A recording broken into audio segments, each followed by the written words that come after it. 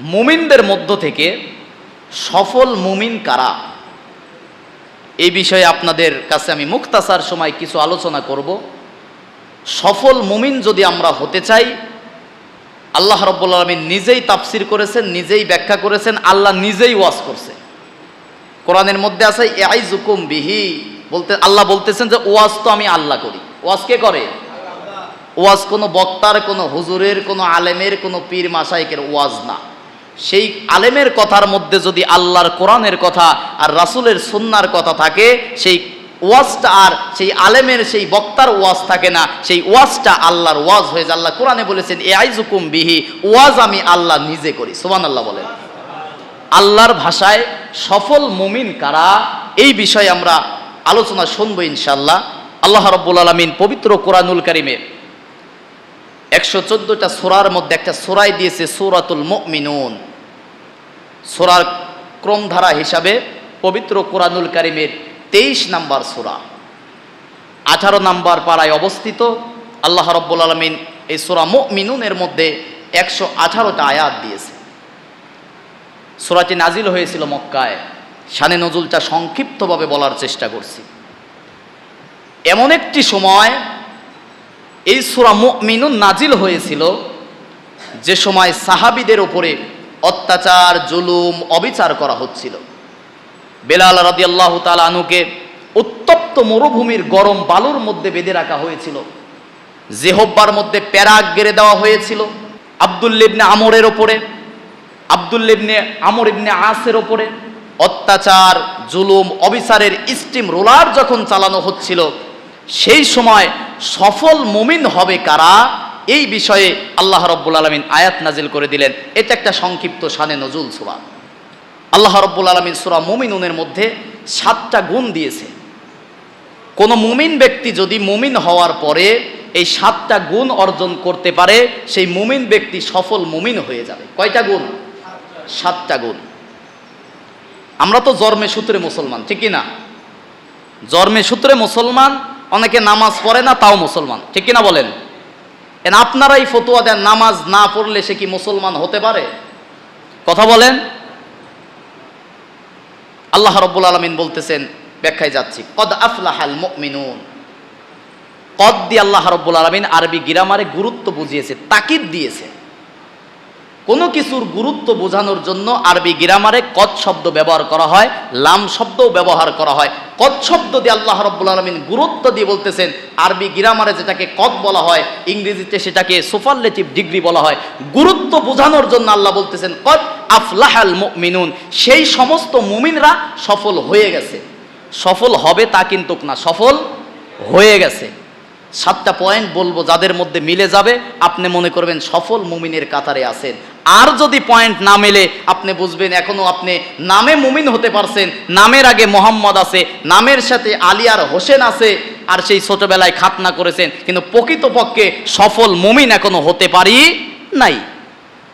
আল্লাহ পাক বলতেছেন আফলাহাল মুমিনুন, ওই সমস্ত মুমিনরা সফল হয়ে গেছে। এখানে আমরা যারা আছি সবাই কি বলেন তো? মুসলমান, মুমিন। সবাই কি মুসলমান, মুমিন।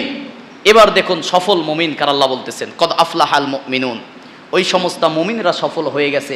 আল্লাযীনা হুম ফি সলাতিহিম খাশিউন, যে সমস্ত ব্যক্তিরা নিজেকে মুমিন মুসলমান পরিচয় দেওয়ার পরেও খুশু খুজুর সহিত নামাজ আদায় করে। কি করে? নামাজ আদায় করে। কি করে? নামাজ আদায় করে। তাহলে দেখেন, মুমিন যদি থাকতে চান, মুমিন যদি হতে চান, 1 নাম্বার দায়িত্ব কি করতে হবে?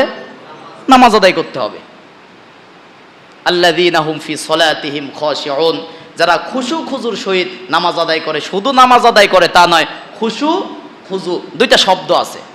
এই খুশু খুজু মানে খুশুর মুসুর করা না। খুশু আর খুজুর ব্যাখ্যায় তাফসিরে কাবির আল্লামা ফখরুদ্দিন রাজি দিয়েছেন, খুজু খুশু, খুজু খুজু, যেটাকে খুজুকে বলা হয়, খুশু খুজু বলা হয়, যেটার প্রথম ব্যাখ্যা হচ্ছে ধীরস্থিরতা, একাগ্রতা, আস্তে আস্তে ধীরে সুস্থে আল্লাহকে সেজদা দেওয়া বা নামাজ আদায় করা। আমরা দেখেন পৃথিবীর আমাদের কোনো কাজে আমাদের ব্যস্ততা নাই, একটা কাজে শুধুমাত্র ব্যস্ততা, নামাজে আসি যখন ব্যস্ততা শুরু হয় তখন, ঠিক কিনা বলেন? আমি কোনো দিন 50-এ নামাজ পড়াই, জুমার নামাজ। ওই যে নতুন মসজিদ যেটা হয়েছে, ঠিক মতো পড়াতে পারি না, 50-এ পর্যন্ত নামাজ পড়াই। মাঝে মাঝে রিপোর্ট আসে, যদিও সময় সম্পর্কে অবশ্যই ইমাম সাহেবদের সবচেয়ে জ্ঞান বেশি। ইমাম আর মুয়াজ্জিন ঘড়ি ধরে যেরকম থাকে, পৃথিবীর মনে হয় না আর কেউ থাকে। দুনিয়ার যত ব্যস্ততা, যত কাজ, নামাজে আসলে আপনি কার সামনে দাঁড়িয়ে কাকে ব্যস্ততা দেখান বলেন তো? আল্লাহর সামনে দাঁড়িয়ে আপনি ব্যস্ততা দেখাচ্ছেন। দুনিয়ার আপনি কাজ করতেছেন, এক কাপ চা খাইতে কয় মিনিট সময় লাগে ভাই বলেন তো দেখি? 5 মিনিট, বড় জোর ধরেন 10 মিনিটই আপনাকে সময় দিলাম। এক কাপ চা খাইতে সময় লাগে আপনার 10 মিনিট। সেই এক কাপ চা দিয়ে চা স্টলে বসে আপনি 2 ঘন্টার ছবি শেষ করে ফেললেন, সেখানে আপনার তাড়াহুড়া ব্যস্ততা আসলো না। আল্লাহর ঘর মসজিদে আল্লাহর সামনে দাঁড়িয়ে আপনি আল্লাহকে ব্যস্ততা দেখাচ্ছেন।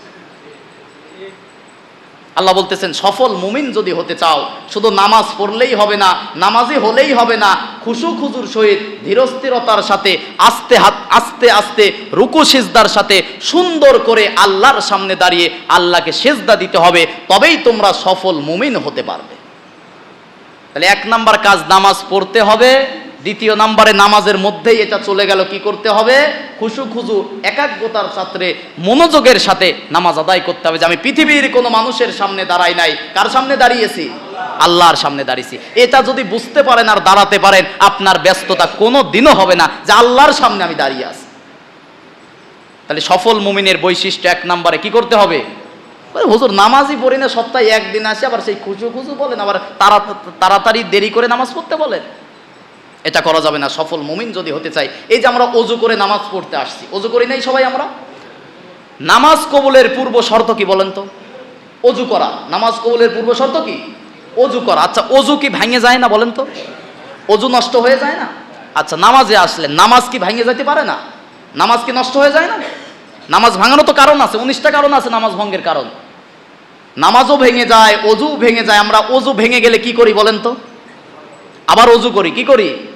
ইমাম সাহেব যদি নামাজের মধ্যে ভুল করে, সাহু সিজদা দিয়ে সেটাকে ভুল সংশোধন করে দেয়। মুসল্লি যদি ভুল করে, সেটা ইমামের ওপরে যেহেতু দায়ভার আছে, ওয়াজিব যদি ছুটে না যায়, দরকার নাই সাহু সিজদা। কিন্তু নামাজের যদি 19টা কারণের মধ্যে যে কোনো একটা কারণ ভঙ্গের হয়ে যায়, সাথে সাথে নামাজ বাতিল হয়ে যায়, আবার নতুন করে নিয়াত করে নামাজ পড়তে হয়। তা আপনি মনে করলেন অজু যেমন ভেঙে যায়, আপনার নামাজ যেমন ভেঙে যায়, ইমান কি ভেঙে যেতে পারে না বলেন তো? কথা বলেন না কেন? ভেঙে যেতে পারে না? ওই যে জন্মের পরে মুসলমান আর ইমানদার সাচ্ছি দাঁড়িয়ে আর টুপি নিয়ে, তো ইমানদার আসি কিনা যাচাই আর বাছাই করা তো দরকার। অজু যেমনে ভেঙে যায়, নামাজ যেমনে ভেঙে যায়, ইমানদারও তো নষ্ট হয়ে যায়, ইমানও তো ভেঙে যায়। আপনি কি করলে ইমান ভেঙে যায়, এগুলো জানার জন্যই তো কোরআন আর হাদিস আর জুমার এই বয়ান। আপনি যদি প্রকৃত ইমানদার হতে চান, সফল ইমানদার যদি হতে চান, 1 নাম্বার কাজ কি বললাম বলেন তো? খুশু খুজুর সহিত নামাজ আদায় করতে হবে। কিয়ামতের দিন প্রথম বিচার কি হবে বলেন? কিসের হিসাব হবে? বুখারী মুসলিমের মধ্যে যৌথ কিতাবের যৌথ হাদিস, 1 হাদিস 2 কিতাবের মধ্যেই আসছে, যে হাদিসকে মুত্তাফাকুন আলাই বলা হয়। কিতাবুস সালার প্রথম হাদিস, আউয়ালু মা ইউহাসাবু বিহিল আবদু ইয়াউমাল কিয়ামাতিস সালাহ। আল্লাহ রাসূল সাল্লাল্লাহু আলাইহি সাল্লাম বলেছেন, কিয়ামতের দিন সর্বপ্রথম বান্দার নামাজের হিসাব নেওয়া হবে। রাসূল সাল্লাল্লাহু আলাইহি সাল্লাম বলেছেন, যে ব্যক্তি নামাজের হিসাব সঠিকভাবে দিতে পারবে, আল্লাহ রাব্বুল আলামিন রহমত দিয়ে বাদবাকি হিসাবগুলো তার সহজ করে দেবে। বাদবাকি হিসাবের কথা বাদই দিলাম, নামাজের হিসাব ঠিক মতো দিতে পারবেন কিনা এই চিন্তা করে তারপরে মরেন, তারপরে কবরে যান। বড় হুজুর মারা গেলে জানাজা করতে গেলে একটা আয়াত বলে, ইয়া আইয়ুহাল্লাযীনা আমানুত্তাকুল্লাহা হাক্কা তুকাতিহি ওয়া লা তামুতুন্না ইল্লা ওয়া আনতুম মুসলিমুন। হে ঈমানদারগণ, তোমরা আল্লাহকে ভয় করো, ভয় করার মতো ভয় করো। ওয়া লা তামুতুন্না, আর ততক্ষণ পর্যন্ত তোমরা মৃত্যুবরণ করো না। ওয়া লা তামুতুন্না ইল্লা ওয়া আনতুম মুসলিমুন, যতক্ষণ পর্যন্ত না তোমরা মুসলমান হতে না পারো। ডাক দিচ্ছে আল্লাহ ইমানদারের, ইয়া আইয়ুহাল্লাযীনা আমানু, ইমানদারকে ডাক দিয়ে বলতেছেন তোমরা মুসলমান না হয়ে মরো না। তার মানে ইমানদার আর মুসলমান দুইটার মধ্যে পার্থক্য আছে না নাই? একটা হাদিস বলি, রাসূল সাল্লাল্লাহু আলাইহি সাল্লাম বলেছেন যে মুসলমান ওই ব্যক্তি যার হাত এবং জবান দ্বারা অন্য মুসলমান নিরাপদে থাকে। কি করে? হাত এবং জবান দ্বারা অন্য মুসলমান কি থাকে? আপনি দেখেন যে মুসলমান তো আমরা আছি, এবার ইমানদারের ব্যাখ্যা পরে যাই। ইমানদার কাকে বলে? আমানু, আল্লাহর প্রতি ঈমান আনা। 7টা বিষয় অথবা 6টা বিষয় ইমানে মুজমাল, ইমানে মুফাসসাল আছে। আমানতু বিল্লাহি ওয়া মালাইকাতিহি ওয়া কুতুবিহি ওয়া রুসুলিহি, আছে না? আসমানে আল্লাহর প্রতি বিশ্বাস, ফেরেশতাদের প্রতি বিশ্বাস, আসমানি কিতাবের প্রতি বিশ্বাস, নবী রাসূলের প্রতি বিশ্বাস, আখিরাতের প্রতি বিশ্বাস, তাকদীরের ভালো মন্দর প্রতি বিশ্বাস। এটা করলে আপনি ঈমানদার হতে পারবেন। কিন্তু মুসলমান হতে গেলে আপনার হাত এবং জবান দ্বারা যদি অন্য মুসলমান নিরাপদে না থাকে, আপনি তো মুসলমানই না, তা আপনি মুসলমান হয়ে মৃত্যুবরণ করার কথা আল্লাহ নিজে বলতেছে। এই যে অবৈধ কাজগুলো যেগুলো হয়, অধিকাংশ কাজগুলো কিসের দ্বারা হয়? আপনি ভাইয়ের জমি জাল দলিল করে লিখে নিলেন, কিসের দ্বারায়? বোনের জমি জোর করে লিখে নেয়, কিসের দ্বারায়? কথা বলেন না কেন, কিসের দ্বারা লিখে নেয়? এই যে জমি যে আলকুপাই না, এটা কি দিয়ে করে? তা মুসলমান ততক্ষণ আপনি মুসলমানই হতে পারবেন না যতক্ষণ পর্যন্ত আপনার হাতে নিরাপদে না। আর জবান দ্বারা কি? মানুষের বিরুদ্ধে কথা, গীবত, পরনিন্দা, চগলখড়ি সবচেয়ে বেশি এখন বাংলাদেশে আছে না? যেটা বলতেছিলাম, যেহেতু সময় খুব অল্প, মূল কথাটা শেষ করার জন্য বলতেছি, মুসলমান হিসাবে কিয়ামতের দিন যেহেতু প্রথম আমাদের নামাজের হিসাব হবে, 1 নাম্বার সফল মুমিন যদি আমরা হতে চাই আর মুমিন যদি টিকিয়ে রাখতে চাই, 1 নম্বরে নামাজ আদায় করতে হবে। নামাজ আদায় করবো তো ইনশাল্লাহ? আমি নামাজের বয়ান করিও না, হাত তুলে ওয়াদাও করাই না। একটা মুসলমানের নামাজের কথা বলতে হবে। ও কিসের মুসলমান যে মুসলমানের নামাজের কথা বলা লাগবে? এটা হিন্দু, বৌদ্ধ, খ্রিস্টানকে যদি দাওয়াত দেওয়া যায় নামাজের কথা, এটা বলা যায়। একটা মুসলমানও কিসের মুসলমানকে নামাজের কথা বলা লাগবে? আমি মুসলমানকে এতটুকু বলতে পারি যে বাবা, আপনার নামাজ এরকম ভাবে হচ্ছে না, এভাবে পড়া লাগতে পারে, আপনার নামাজের ভুলগুলো সংশোধন করে দিতে পারি। তো মুসলমানের কেন নামাজের কথা বলা লাগবে বলেন তো? এই জন্য আপনাকে মুসলমান টিকিয়ে রাখতে হলে, সফল মুমিন হতে গেলে 1 নম্বর আপনাকে নামাজ আদায় করতে হবে। 2 নম্বরে আল্লাহ রাব্বুল আলামিন বলতেছেন, ওয়াল্লাযীনা হুম আনিল লাগি মুরিদুন। সফল মুমিন যদি হতে চাও, এই জবান দিয়ে অনর্থক কথা বলা যাবে না। কি করা যাবে না? কথা বলেন, কি বলা যাবে না? বেহুদা কথা, অনর্থক কথা। মুফাসসির ইকরাম এটার ব্যাখ্যায় দিয়েছেন যে আমি তো মনে করি যে বাংলাদেশের মানুষ যত অনর্থক কথা বলে, পৃথিবীর অন্য দেশের মানুষ এত অনর্থক কথা বলে না। এই যে ইউক্রেন আর রাশিয়া যুদ্ধ হচ্ছে না? যুদ্ধ হচ্ছে না? আপনি চাষতলের মধ্যে বসবেন, দেখবেন যে ডাইন পাশে বসছে গিবত কমিটির সভাপতি, বাম পাশে গিবত কমিটির সেক্রেটারি, আর ও নিজে কেশিয়ার। ও বলতেছে ইউক্রেনের যুদ্ধ এরকম করে না করলে এটাই ভালো হতো, এতদিনে রাশিয়া জিতে যেত। 1 কাপ চা খাচ্ছে আর এখান থেকে ইউক্রেন আর রাশিয়ার যুদ্ধের পরামর্শ করতেছে। নাসার বিজ্ঞানীদের চেয়েও বড় বিজ্ঞানী এখন আমার দেশের এই চাষতলগুলোতে পাওয়া যায়। ততক্ষণ সময় যদি আপনি একটু দরুদ পড়তেন, একটু নামাজ আদায় করতেন, এখানে আসলে ব্যস্ততা দেখান, আপনার ওখানে তো কোনো ব্যস্ততা নাই। শুধু অনর্থক কথা এইগুলোই তারা বলে না। কোন আলেম কি করছে, কোন হুজুর কি করছে, কোন প্রবাসীর বউ কার সাথে পরকিয়া করছে, কি করে না করে, চাষতলে বসে ওটার উপরেই গবেষণা করে। ঠিক কিনা বলেন? বাংলাদেশের সবচেয়ে বড় রোগ হচ্ছে এইটা, যে একজন আরেকজনের বিরুদ্ধে, মুসলমানের বিরুদ্ধে কেমনে কথা বলে, গীবত করে, পাড়ার কে কি করলো না করলো, সারা দিন গীবত, পরনিন্দা, চগলখড়ি করে বেড়াচ্ছে। আপনি তো সফল মুমিন হতে পারবেন না আপনার জবান দ্বারা যদি অন্য মুসলমান ইমানদার নিরাপদে না থাকে, কোন প্রবাসীর বউ কি করলো না করলো ওই চিন্তা আপনার বাচ্চে। তাহলে সফল মুমিন যদি আমরা হতে চাই, 2 নম্বরে অনর্থক কোনো কথা বলা যাবে। অনর্থক কথা, গীবত, পরনিন্দা, চগলখড়ি কোনোটাই করা যাবে না যদি আপনি সফল মুমিন হতে চান। 3 নম্বরে আল্লাহ রাব্বুল আলামিন বলতেছেন, ওয়াল্লাযীনা হুম লিয-যাকাতি ফাঈলুন। 3 নম্বরে নামাজ আদায় করবা, অনর্থক কথা বলবা না, গীবত, পরনিন্দা করবা না, ধনী হলে সম্পদ থাকলে তোমরা যাকাত দিয়ে দিবা। 3 নম্বরে 7টা পয়েন্ট বলবো। 4 নম্বরে আল্লাহ রাব্বুল আলামিন বলতেছেন যে ওয়াল্লাযীনা হুম লিফুরুজিহিম হাফিজুন। 4 নম্বরে তোমরা নিজের লজ্জার স্থানের হেফাজত করবা। তার মানে জিনা, পরকিয়া এই কাজ করা যাবে। 2টা রোগ, কোরআন হাদিস যতটুকু গবেষণা করেছি, বাংলাদেশের অধপতনের সবচেয়ে বড় কারণ 2টা। 1 নম্বরে আমার দেশের মুসলমানেরা সবচেয়ে বেশি গীবত আর পরনিন্দা চর্চা করে, আর এখন মুসলমানের পরিবার থেকে আজকে গীবত, পরনিন্দার পাশাপাশি জিনা আর পরকিয়ার হার সবচেয়ে সমাজে বেড়ে গেছে। ঠিক কিনা বলেন? আপনারা সাক্ষী দিবেন, পরকিয়া হচ্ছে না এখন? পরকিয়ার একটা শাস্তির কথা বলি, ময় মুরব্বী আছে, কিছু বললাম না। সূরা নূরের 2 নম্বর আয়াতের মধ্যে আল্লাহ রাব্বুল আলামিন বলতেছেন, আয-যানিয়াতু ওয়াজ-যানি। কোন বিবাহিত পুরুষ যদি পরকিয়া করে, জিনা করে, আর যদি সেটা সাক্ষী আর প্রমাণে ধরা পড়ে, সমাজে কি হয়, 50,000 1 লাখ টাকা জরিমানা দিয়ে 2-1টা চর থাপ্পড় দিয়ে ছাড়িয়ে দিচ্ছে। এটাই হচ্ছে না? এটা দিয়ে কিয়ামত পর্যন্ত এই সমাজ থেকে পরকিয়া বন্ধ করতে পারবেন না। আল্লাহ বলতেছেন আয-যানিয়াতু ওয়াজ-যানি, যদি কোনো ব্যক্তি বিবাহিত হয় আর যদি সেই ব্যক্তি জিনা করে আর যদি সেই ব্যক্তি পরকিয়া করে, সাক্ষী প্রমাণে যদি ধরা পড়ে, ওই 50,000 আর 1 লাখ টাকা জরিমানের কোনো বিষয় নাই। মাজা পর্যন্ত মাটির নিচে পুঁতে ফেলার পরে ওই যে রেল লাইনের পাশে যে পাথর আছে, ওই পাথর নিক্ষেপ করতে হবে। ততক্ষণ ওই বিবাহিত জিনাকারিনী যতক্ষণ পর্যন্ত মৃত্যুবরণ করবে না, ততক্ষণ পর্যন্ত তোমরা পাথর নিক্ষেপ করো। আল্লাহর বিধান এটা। আপনি বলেন, এই বিধান যদি বাস্তবায়ন করা হতো, এই সমাজের মধ্যে এত পরকিয়া থাকতো? এবার যদি অবিবাহিত হয়, আল্লাহ রাব্বুল আলামিন সূরা বনী ইসরাঈলের 32 নম্বর আয়াতের মধ্যে বলতেছেন ওয়ালা তাকরাবুজ জিনা, খবরদার যুবক যুবতীরা, ওয়ালা তাকরাবুজ জিনা, লামে তাগিদ দিয়ে নিষেধ করতেছেন, অমানে এবং লা মানে না, তাকরাবু মুজারে, বর্তমান, ভবিষ্যৎ, প্রেজেন্ট, ফিউচার। খবরদার খবরদার তোমরা অগ্রসর হয়েও না, তাকরাবু করো না, এগিয়ে যেও না। যে কাজ করলে জিনার গুনাহ হতে পারে, পরকিয়া হতে পারে, হারাম সম্পর্কে জড়িয়ে যেতে পারো। ওয়ালা তাকরাবুজ জিনা, তোমরা জিনার ধারে কাছেও যাও না, জিনার নিকটবর্তী হয়ো না। ওয়ালা তাকরাবুজ জিনা ইন্নাহু কানা ফাহিশা, কারণ এটা অশ্লীল ফাহিশা কাজ। ওয়াসা সাবিলা, এই পথটাই হচ্ছে খারাপ পথ।